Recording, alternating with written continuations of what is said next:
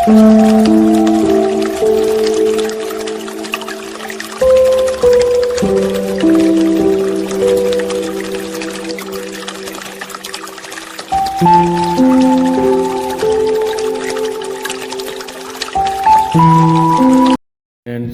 Dutta fishing ক্লাবে আবারও নতুন একটি ভিডিও নিয়ে আসলাম। তো এখন আপনারা ব্যাকে যে পুকুরটিতে দেখছেন, এটি হচ্ছে নরেন্দ্রপুর রামচন্দ্রপুর শক্তিসংঘ ক্লাবের পাশে আলিশান পুকুর, যেটি গেল রোববার অর্থাৎ 12/4/2026 এই দিন এই পুকুরটিতে ওপেনিং ছিল। একদিনে একটি পাসের মূল্য ছিল 3000 টাকা। এই দিনকে প্রায় 32টি মতন সিট হয়েছিল। তো বন্ধুরা, সারা পুকুরেই মাছ খায়নি মানে মাছ খায়নি, কারোর একটা কারোর দুটো করে মাছ হয়েছে, কোনো কারোর নেট ভেজাতে পারেনি, এরকম হয়েছে বন্ধুরা। তাই পুকুর মালিক ডিসিশন নিয়েছে একটা, যে তারা যাদের যাদের সিট ছিল তারা তাদের সিট নম্বর হিসাবে পরের যে কোনো একদিন, সে সেকেন্ড দিন হতে পারে, থার্ড দিন হতে পারে, ফোর্থ দিন হতে পারে, ফিফথ দিন হতে পারে, যে কোনো একদিন তাদের ফার্স্ট দিনে যে সিট নম্বরটি ছিল সেই সিট নম্বরটি বলে তারা যে ডেটে ছিপ ফেলতে চায় সেই ডেটে তারা তাদের নামটা এন্ট্রি করিয়ে নেবে। যেহেতু ওখানে সিট বুকিং হিসাবে হয় না, লটারি হিসাবে হয়, তাই নামটা এন্ট্রি করে নিতে হবে। ঠিক আছে, তা পুরোপুরি ফ্রিতেই ছিপ ফেলায়। কিন্তু বন্ধুরা, মাছের সকাল থেকে প্রচুর ঘাই ছিল, মাছ বসছিল না কোনো কারণে। হয়তো মাছ খেয়েছে বলতে গেলে কারোর একটা কারোর দুটো, ঠিক আছে, এরকমভাবে মাছ হয়েছে। আবার অনেক সিটা হয়েছে মাছ হয়নি। ঠিক আছে, তা আমাদের যেরকম 36 নম্বর সিট ছিল, আমাদের 5টা মতন টান হয়েছিল, তার মধ্যে 2খানা মাছ হয়েছিল আর 3খানা মাছ হয়নি, মিস হয়েছিল।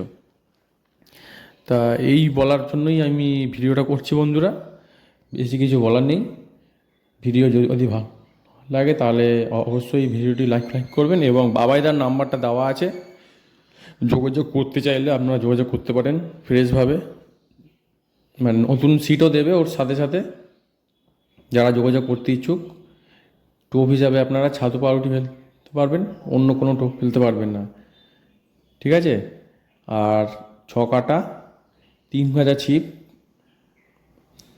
আর টোপ হিসাবে ছাতু পাউরুটি ও আটা ফেলতে পারবেন। যদি ভিডিওটি ভালো লাগে তাহলে অবশ্যই একটি লাইক করে দেবেন এবং বন্ধুদের সাথে বেশি করে শেয়ার করবেন, যাতে সবাই দেখার সুযোগ পায়। এবং চ্যানেলটি নতুন হয়ে থাকলে চ্যানেলটিকে সাবস্ক্রাইব করবেন, এবং ফেসবুক থেকে দেখলে চ্যানেলটিকে ফলো করে রাখবেন, যাতে যখন নতুন কোনো ভিডিও আমি দেবো তার নোটিফিকেশানটি আপনার কাছে যায়। ঠিক আছে বন্ধুরা, তা দেখতে থাকুন। আজকের মতো ভিডিওটি বিদায় নিলাম। আজকে মাছ খায়নি মানে পরের দিনও খাবে না, এরকম কোনো ব্যাপার না। পরের দিনকে হয়তো ভালো খেতে পারে, আবার নাও খেতে পারে। তবে আপনারা যারা সিট বুক করতে চাইছেন বা ইচ্ছা আছে, তারা আপনাদের নিজেদের চিন্তা ভাবনা করে সিট বুক করবেন। তবে মাছের বন্ধুরা, আমি এক্ষুনি বলছি, মাছের প্রচণ্ড ঘাই ছিল সকালবেলা থেকেই, কিন্তু মাছ বসছিল না কোনো কারণে। সেটা কী কারণ সেটা আমরা বলতে পারবো না। ঠিক আছে বন্ধুরা, আর যেরকম মাছের গায়ে ভালো না, বড় আছে 1.5 কিলোর উপরে আছে। না না 1200 কাটা হয়েছে না, মাছ হয়নি। শুধু বড় দাদা, শুধু বড় মাছের এই সিটে এনে না ওই সিটে এনে মাছ খুলে দেবে। হ্যাঁ এই সিট, ওইখানে সিট, ওইটা নিয়ে গিয়ে খুলে দিই। ওটা আমার কোনো দোষই ছিল না, আমি যে ইচ্ছা করে খুলে দিই। কোনো টানাটানি যাওয়া যায়, মাছ যেরকম যাচ্ছে পদে পদে যাচ্ছিলাম আমি, এটা জোর করিনি, জানি মানে খুলে যাওয়ার ভয় আছে। ওটা তোমার খুলে গেল কি করে? বলে দিচ্ছি নরমাল খুলেছে। তোর এই ভিডিও করো না বলছি, বৃহস্পতিবার করবে, আজ এই ভিডিওটা করছে। আর শুনুন না, অপমান কেন করো মানুষকে? সম্ভব হবে করো না এই ভিডিও। না ঠিক আছে, ভিডিও করবে না বোকা। মাছ খায়নি তো খায়নি, ঠিক আছে, মাছ খাইনি তাহলে যে মাছগুলো খেয়েছে সেই দেবে না। এই সাইজের মাছটাই কটা খেয়েছে। এই মাছের গায়ে টিক হচ্ছে কেন?